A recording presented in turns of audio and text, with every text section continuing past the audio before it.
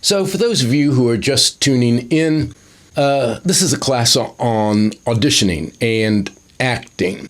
Mainly what I call layered acting, which is just doing two things at the same time. And we watch videos, we watch video clips from movies.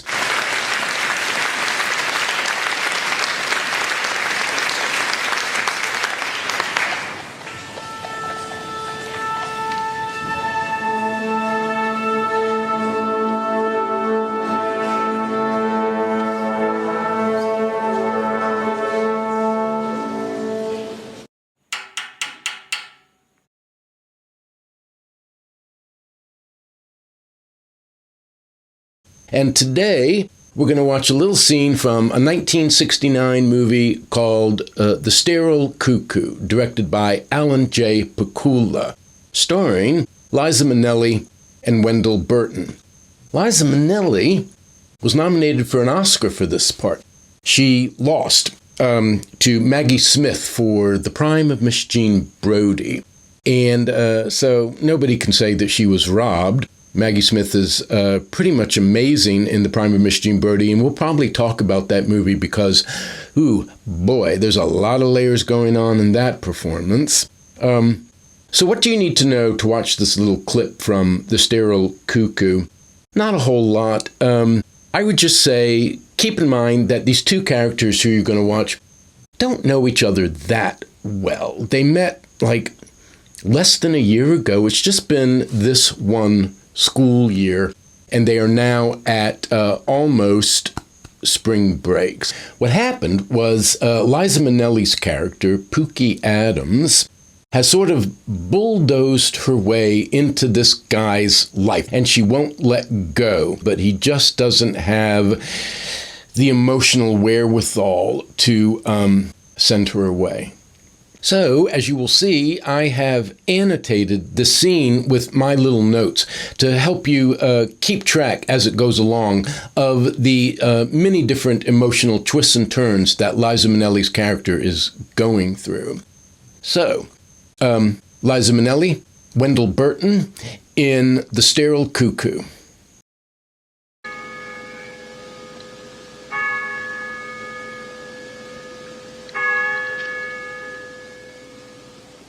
Hello? Could I speak to Pookie Adams, please?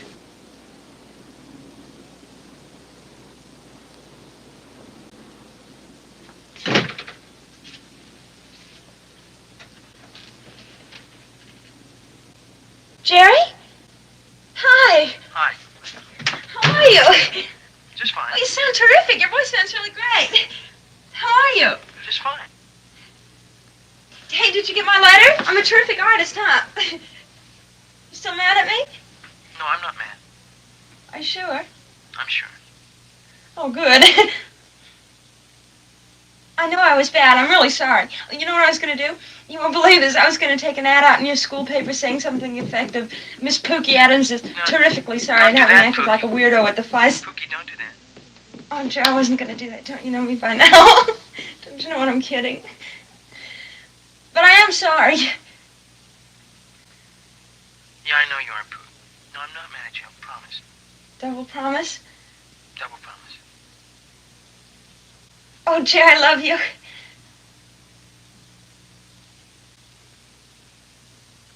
I love you. I love you, Pookie.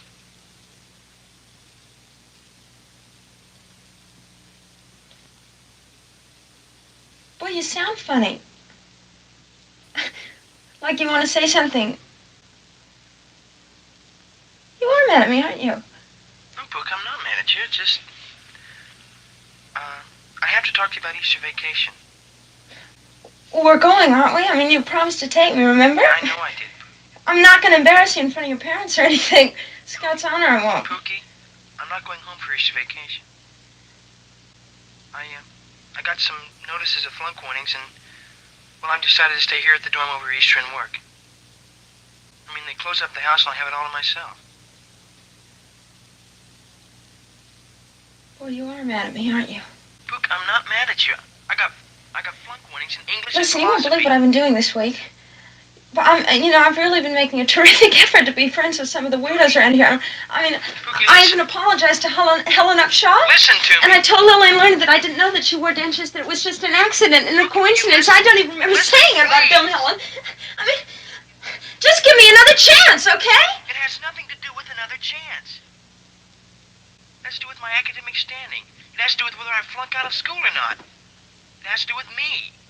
Not us, but me. And I'm not going home for Easter vacation, and it's not because I'm mad at you. Do you understand that? Pookie, are you listening? I've got a fantastic idea. I'll come up there and be with you. What? During the vacation. I'll just whirl right on up to the dorm. It'll be great. Like you said, nobody will be there, and we'll have the whole place to ourselves, and I can cook for you, and I'll make the bed and everything. I'll keep the Avon lady off your back. No, Pook. But I think that it'll be really good for us, nobody will be there, and it'll be like living together, like we're man and wife. Pookie, don't you understand? My head is on the block. But you can still study. I can amuse myself. God, I'm the ultimate self-amuser, remember me? Pookie, it's just not a good idea. Jerry, what do you mean it's not a good idea? I think it's a fantastic idea. Pookie, it won't work. I've got too much work to do. You'd better plan on visiting your dad.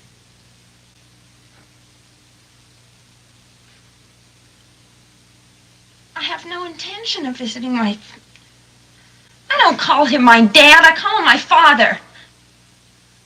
And as for your head being on the block, well, maybe everybody's head's on the block. Did you ever think about that? Maybe everybody's in a little bit of trouble. Did you ever think about that, Jerry? Will you get out of here, you goody virgin? Look, Jerry. A whole campus to ourselves. Don't we owe it? All the time that we've spent together. Don't you think that we owe it?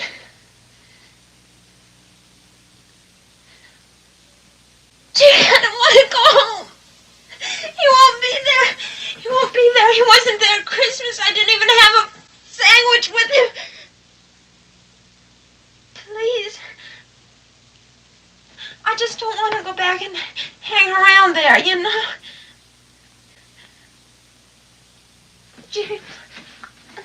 Jerry?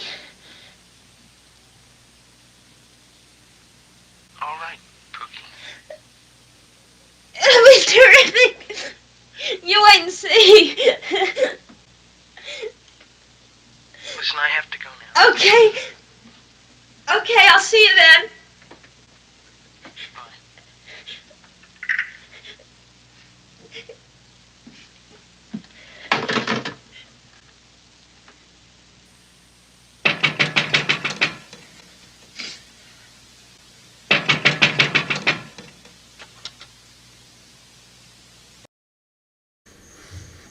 So first, real quick, before we get into the acting, did you notice that this scene is all one shot? It's almost 6 minutes, no cuts, no editing. What I think is really interesting about this is that the person who decided how long Liza Minnelli's pauses were was Liza Minnelli, not the director, not the editor, the actor. And I don't know how many takes it took to get this one perfect scene. They might have done it 50 times, but it doesn't matter because they got this one perfect scene. This little clip from the Sterile Cuckoo is the scene, the clip, that gave me the idea for doing the show. I stumbled upon it on YouTube once, not the whole movie, just this scene. And I was blown away at how many layers are going on in here and how effortlessly Liza Minnelli synthesizes them into one organic characterization. Now, earlier, when I showed you the Mike Nichols video from The Designated Mourner, I was afraid that some people might see that and say, well, this is all so simple. He seems to just be, shrugging off all this stuff. And I was like, no, it's all very complex underneath. Let me show you. With this video, I want to do the opposite. It seems incredibly complex. It's all coming at you, and she's having all this 10 million different emotions. But if you make a little map of it, you can get a hold of all the complexity and you can understand it very simply. And to help make it simple, I'm going to compare it to the Madeline Kahn scene, because both of these you can pretty clearly see 3 layers, and that makes it easy. For the sake of being able to use this with other scenes, let's just call them happy, angry, and vulnerable. With Madeline Kahn, we've got happy. Hey, how'd you like the coloring book? Would you like that? You like Mickey the Mouse? We've got angry. But right now, you're going to pick your little ass up, you're going to drop it in the back seat, and you're going to cut out the crap. You understand? And we've got vulnerable. You're going to ruin it, ain't you? We can use the same terminology to describe Liza Minelli or Pookie Adams. Happy. Oh, you sound terrific. Your voice sounds really great. Angry. Will you get out of here, you goody virgin? And vulnerable. Gee, I don't want to go home. Now, when I made my little video of Liza Minelli, I didn't use the word happy, not really. I used the word manic. But I divided this manic mood, this manic mode, into 2 types, the happy manic and the practical manic. But they're both this moment when she is using all this energy just to try to bulldoze the other person so that they can't get a word in edgewise and they can't change the plans and they can't take away from her the thing that she so desperately needs. She seems to think that if she just doesn't give him a chance to talk, if she just keeps talking over him, he won't get the chance to say, I don't want to spend Easter break with you. And therefore, if he doesn't get to say it, she'll get to spend spring break with him. And that's not the way it works, folks. I keep using this word vulnerable. So what do I mean by that? It's when all the fight has gone out of somebody and all that's left is they can beg and plead and they're sort of, throwing themselves on the mercy of the other person. This scene has something else in common with the Madeline Kahn scene, which is that they are both secretly 3-person scenes. In Madeline Kahn, the Ryan O'Neal character is sitting down at the bottom of the hill in the car. And that monologue ends with this. He's honking the horn like, folks, hurry up. And the Liza Minelli scene, there's the person waiting to use the phone who keeps knocking on the door. And Jerry? And in both of these cases, this is really useful for an actor because it's a drive to do this quickly, very quickly. And I'll tell you, if I haven't already, everybody's going to want you to do everything you do a lot faster. They're just always going to be saying, do it faster. And if you can think of a psychological reason to do it faster, or if it's put in there for you, that's great. Use that. Go faster. And whether or not that was a part of Liza Minnelli's process, she is doing this incredibly quickly. It's amazing. Will you get out of here, you goody virgin? You're a virgin who can't drive. Now, I know a lot of actors are trained with the idea that you are playing a character who is pursuing a goal. And your motivation through the scene is to pursue that goal relentlessly. So Pookie Adams has a goal.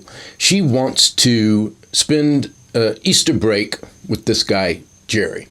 And all these different emotions she's running through in the course of the scene are all being pulled out as a way of achieving this goal. But then you come up with a character doing something like this. I don't call him my dad. I call him my father. In what sense is her raging at this guy going to get her goal, which is to spend Easter break with him? Well, it's not going to get her goal. People, human beings, if in case you haven't noticed, have a tendency towards self-destructive behavior. And there are always going to be times when characters are doing things that are hopelessly self-destructive, in that they do not get them their goal. It gets them all much further away from their goal. When you are phrasing to yourself your character's goal, it is best to choose something that's very simple and concrete, like want to spend spring break with Jerry. Not something very abstract, like want to be happy, want to have success in life, or want fulfillment.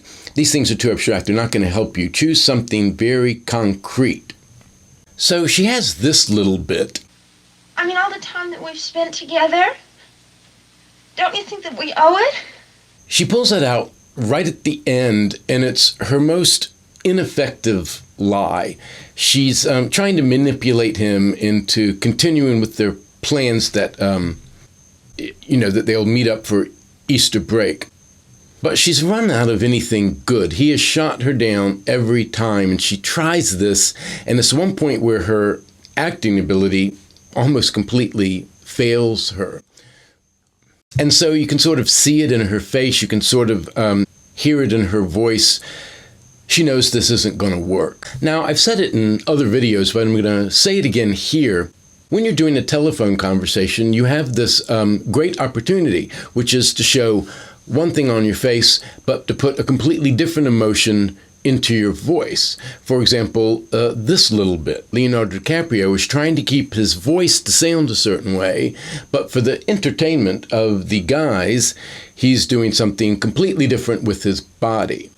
Liza Minelli uses this opportunity very well in this scene. There's a little moment like this.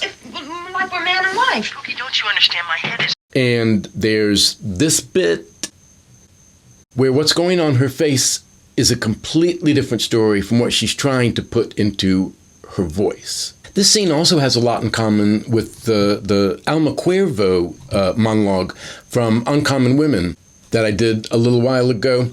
They're both college-age women who are calling up a guy, and they start with all this fake energy, this happiness and this jokiness, and it winds up ending with, tears. And along the way, they both start making jokes and using these sort of self-conscious comedy voices, like when Liza Minelli says this. Yeah, I'll keep the Avon lady off your back. It's not too different from when Alma Cuervo does this. I had my sarcastic summer when I was 16, and somehow it exponentially progressed. Now, there is something else that sets Pookie Adams apart from the Madeline Kahn character, Trixie Delight, or the Alma Cuervo character, Holly Kaplan, and that is this. Just give me another chance, okay? This moment of panic, and it's very important. That energy level driving the panic is the same energy that's driving the manic. And it's intense. And if it doesn't come to you naturally, or you haven't grown up around somebody who behaves that way, it can be very daunting. It can be the difference between being able to do the part and not being able to do the part. If you're not subject to this kind of behavior, if that kind of emotion doesn't well up in you, you've got to figure it out. You've got to find the times, the things that would make you panic that way, and you've got to somehow fold that into your performance as a sense memory. You just get to have it ready to go. Is there anything that would make you just, jump out of your skin that way? If not, have you ever seen it? And so you kind of know what it looks like, and you can work on it from the outside until you can fill in the emotions underneath. You've got to find it somewhere. And what doesn't seem to work is taking it from actors. I don't know why. You've got to find it in life. Now, with some of these scenes, like the Madeline Kahn scene, they go from one emotional state to another emotional state, and then another, in a kind of neat progression. But not Liza Minelli. That character is going from happy to angry to tears to happy again. And all along the way, she is having to grab control of herself and stop whatever she's doing. If she's getting too angry, she has to stop herself and pull back. So it's not really a question of, riding a scene or a monologue until you produce tears and you have all this emotion and then you're done. With a scene like this one, you've got to get to the point of tears, but then you have to pull yourself back so that you don't have the tears. And then once you've been happy and jokey again, then you've got to summon the tears again. And this happens, like 3 times in this scene? It's one thing to be able to work yourself up to produce tears. It's something else to be able to work yourself up to it that you are able to fight it down again. Because most people, when they're on the verge of tears, are not trying to cry like an actor in an acting class. They are trying not to cry. And that's where it gets kind of tricky. So it's like an acquaintance of mine got cast in Les Miserables. She got cast as Eponine. And Eponine has this song, On My Own. And it's a song of almost completely unrelieved self-pity. There are ways in which it's kind of a good song, and there are ways in which it's kind of a really bad song. But when my friend did it, this was all you saw. Man, oh man, I'm getting sad now. Oh, I can feel it. Here comes the sadness and the loneliness and the despair is coming. Yes, I can feel the despair. Oh man. She was putting all this effort into summoning the sadness, and it was completely ineffective. When people are in that emotional state that character is supposed to be in, they're not trying to bring the tears on, they're trying to fight the tears off. And so it becomes psychologically the reverse of whatever it was my acquaintance was doing. So it helps if, as an actor, you have a source of emotion that is so strong and so deep that you don't have to summon it, pull it up somehow, but that you can just sort of tap it, and it flows strongly enough that you can plausibly be seen to fight it down, and yet it's still there. Now, I do not wish upon any of you the type of life that makes tears and sorrow just right there bubbling beneath the surface, but Gabourey Sidibe did once say something along the lines of, I would like to thank my 5th grade class because it's thanks to them that I can now cry on cue. And for that look she gives, up at the end, I just put question marks because I don't know what's going on there. I like it. I like that I don't know what's going on there. Pookie Adams is, to some extent, an unknowable character. Don't think that you can just, make it all daddy issues or something reductive like that. And you're not going to have a simple explanation for every single thing you see a good actor do with a complex character. There are going to be little moments where you just don't know exactly what that person is thinking. Speaking for myself, I kind of like it.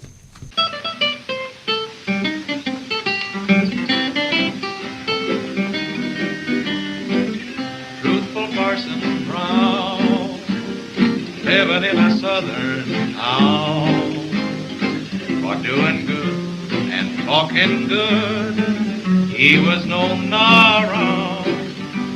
He had a most peculiar way of preaching on the Sabbath day. Liza Minnelli's playing Sally. Can she act? Well, we'll find out.